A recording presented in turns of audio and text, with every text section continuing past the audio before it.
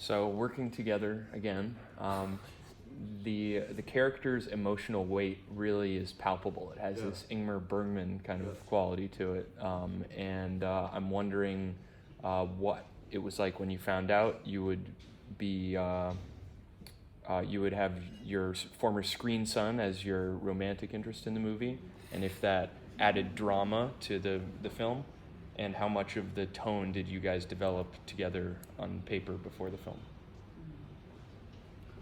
Do you want to start first? No, I think you should start about casting.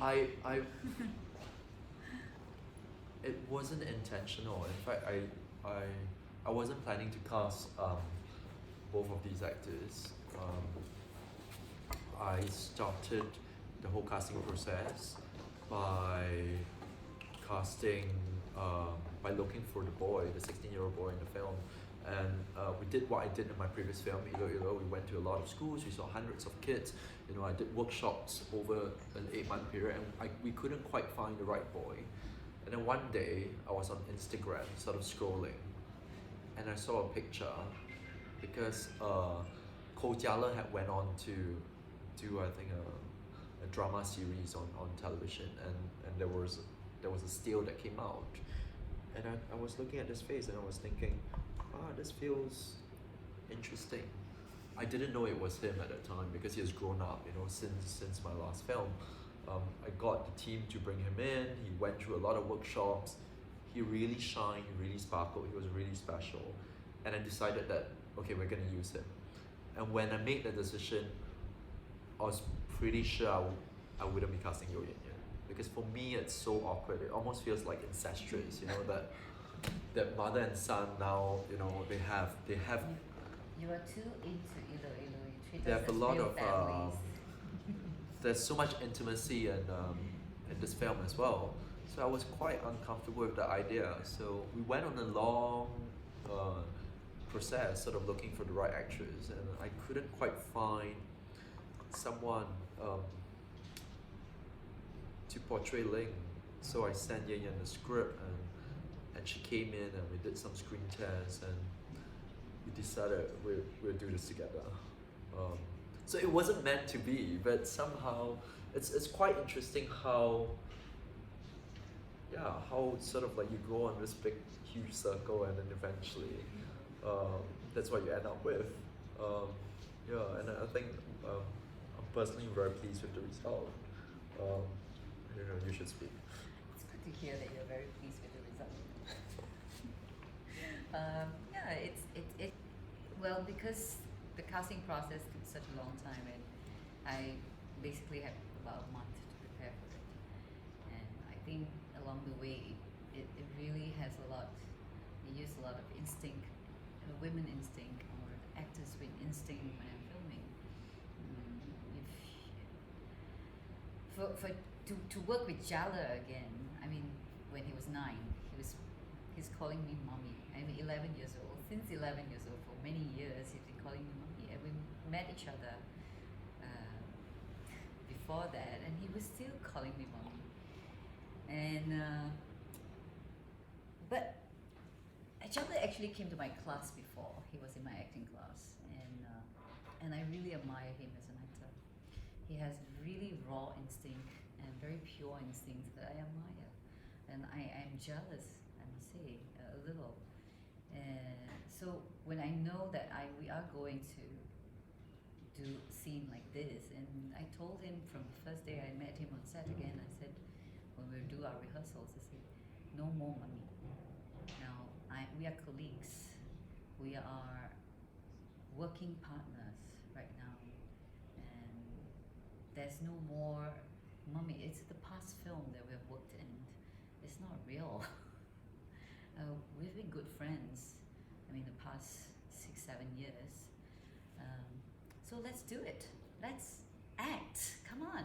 Let's have fun. So that's how we started our first rehearsals. Yeah. Can you tell me about the whole trio of grown-up boys that you deal with in the film, who are kind of weighing down on your wish fulfillment? What's your take on your relationship to those 3 characters? The three men child. Yeah. Film. Exactly. You're kind of doting on all of them in some way. Yeah. I think in a way Ling is a mother. She wanted to be a mother. She just forgot that she's already a mother. Her mother instinct is just there. She's taking care of her father-in-law just like a mother. She wanted love from the husband to have a child, to become a real mother. And her love for her students, it's like a mother. You know, again, she's like, we call it the mother, goddess of mercy kind of love. The motherly love kind of. You can't deny her that she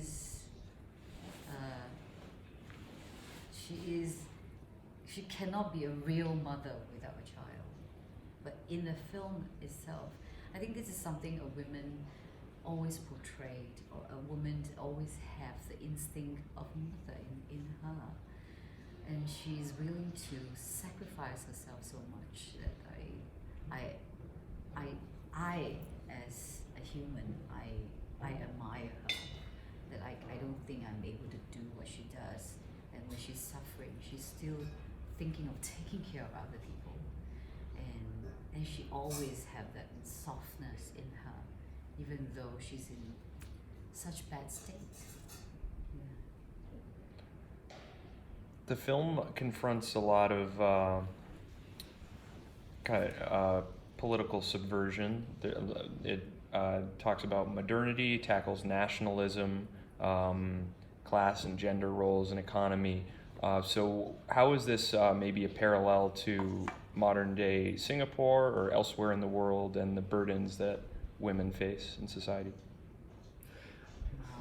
I would like to think that a lot of my filmmaking, or even in this film, it's very much through sort of observations of Singapore society and people and their relationships.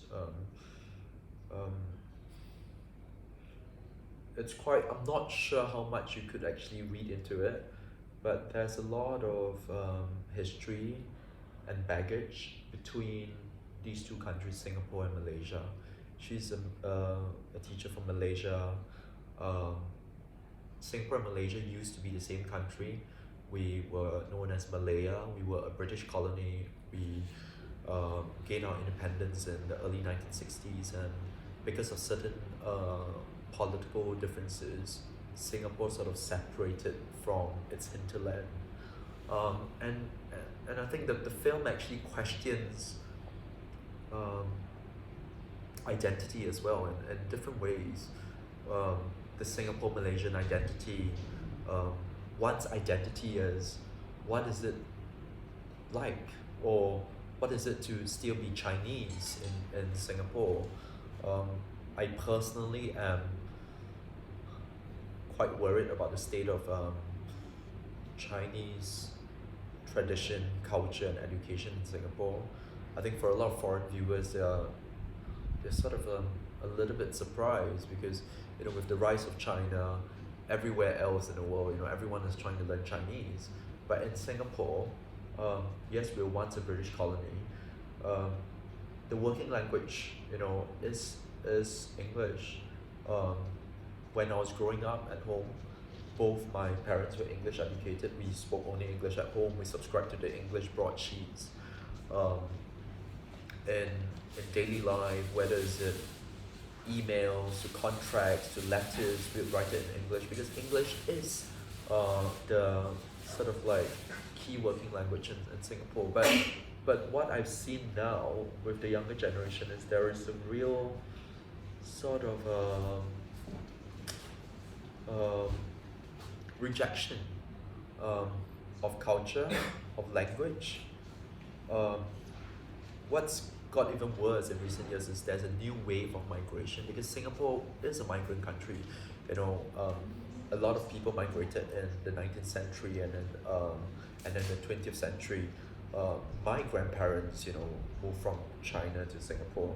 But with the new wave of migration from mainland China, the way a lot of young Singaporeans reaffirm their identity Um, it's true not speaking Chinese, because as long as I don't speak Mandarin, I don't write and speak Chinese, I'm Singaporean, because you are from China, I'm from Singapore. It's quite interesting, you know, like it recalls the rise of sort of nationalism, you know, around the world, the rise of, you know, having to protect the me versus them.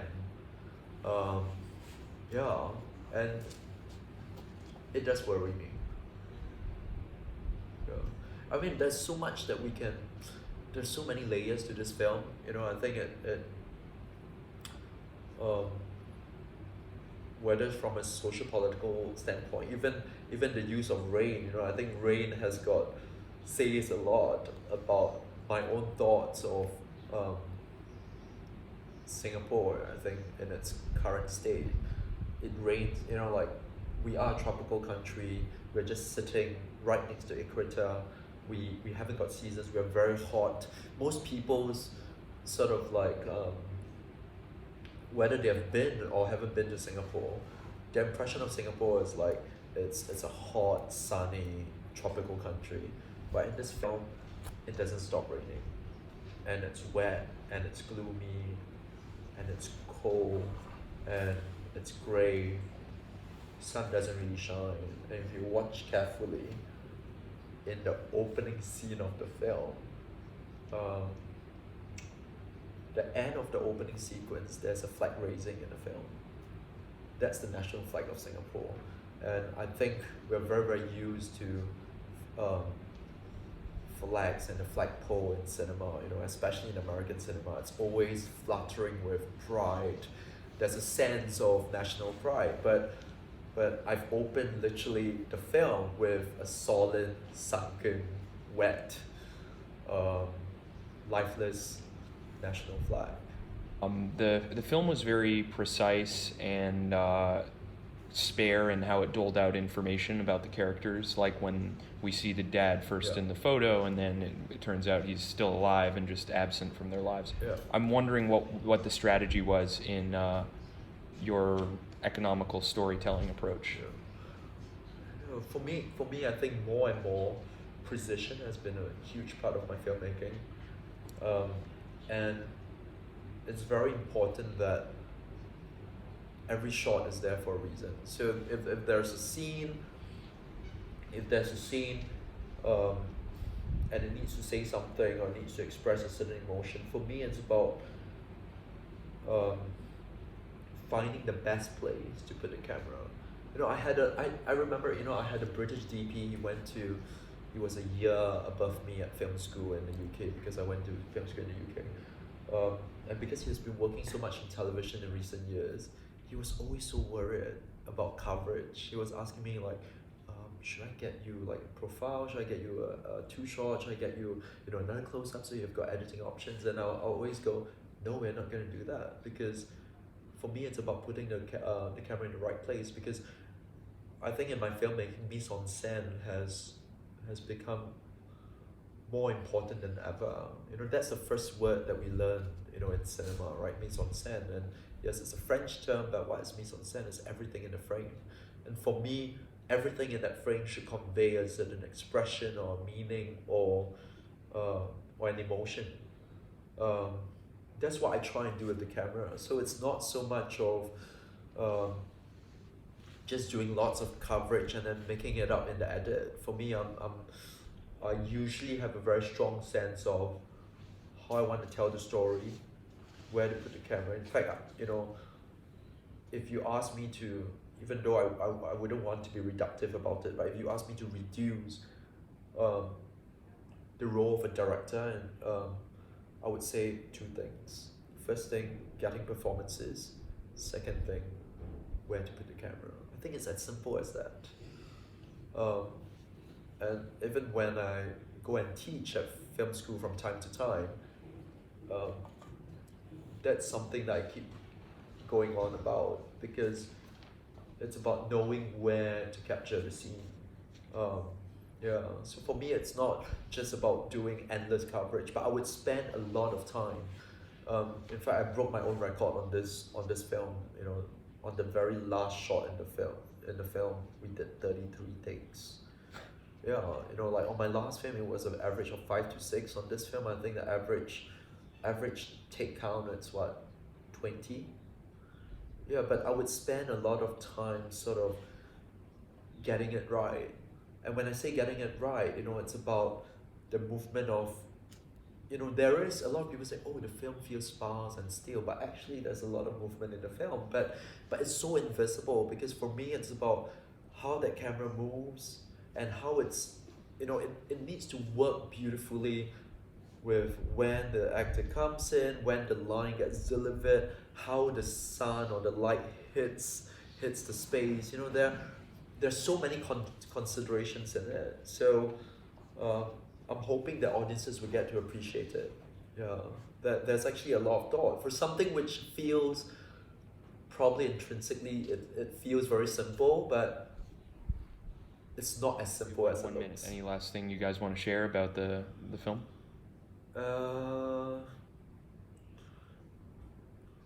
Well, never write rain into your film. Never shoot rain in a film. It's like the most painful experience ever.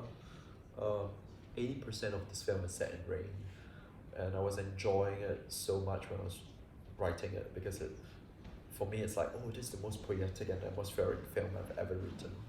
But when we're executing it, you know, outside of that frame, there's so many rain breaks. There are like lots of water trucks, water tanks, like this. Every, you know, like what, 98% of the rain is all created using practical effects. We even explored using CGI and VFX, but it's very hard to do liquid effects using CG. And for me, you know, you could see that there's a certain honesty, there's a certain truth, a certain authenticity in this, and it's very important that we get it right. And I'm very, very thankful to my art team, because all that rain is created by the art team. We did so many tests to try and get the right quality of rain, the texture. It's tough, very, very tough. Then I've got to add, next time actors should get stunt driving license or something, because all the driving scenes, I was driving myself and I was acting, and I was driving the director, the film crew, everybody in the car, and I'm emotional when I'm driving, and I have to drive with a rain car too. That's a bit crazy. That's quite challenging. But the problem actually is that low loaders are banned in Singapore, so there's no way. We just have to get around it. So I think maybe all the Singaporean actors should get a stunt driving license. Well, doing your own stunts fits in with the Jackie Chan motif in the film. It's crazy. No. Yeah, and the boy in the film, like all the martial arts that you see, there wasn't a double. It was him. Yeah, he's actually obsessed with all that stuff. I had to send him for training for quite some time. He learned martial arts from a very young age, from 7, from primary school, but he stopped for a few years. So I had to get back his coach, and he had to train, I think, 4 or 5 times a week. Hey, this is Eric from IONCINEMA.com. If you want to support us, subscribe below.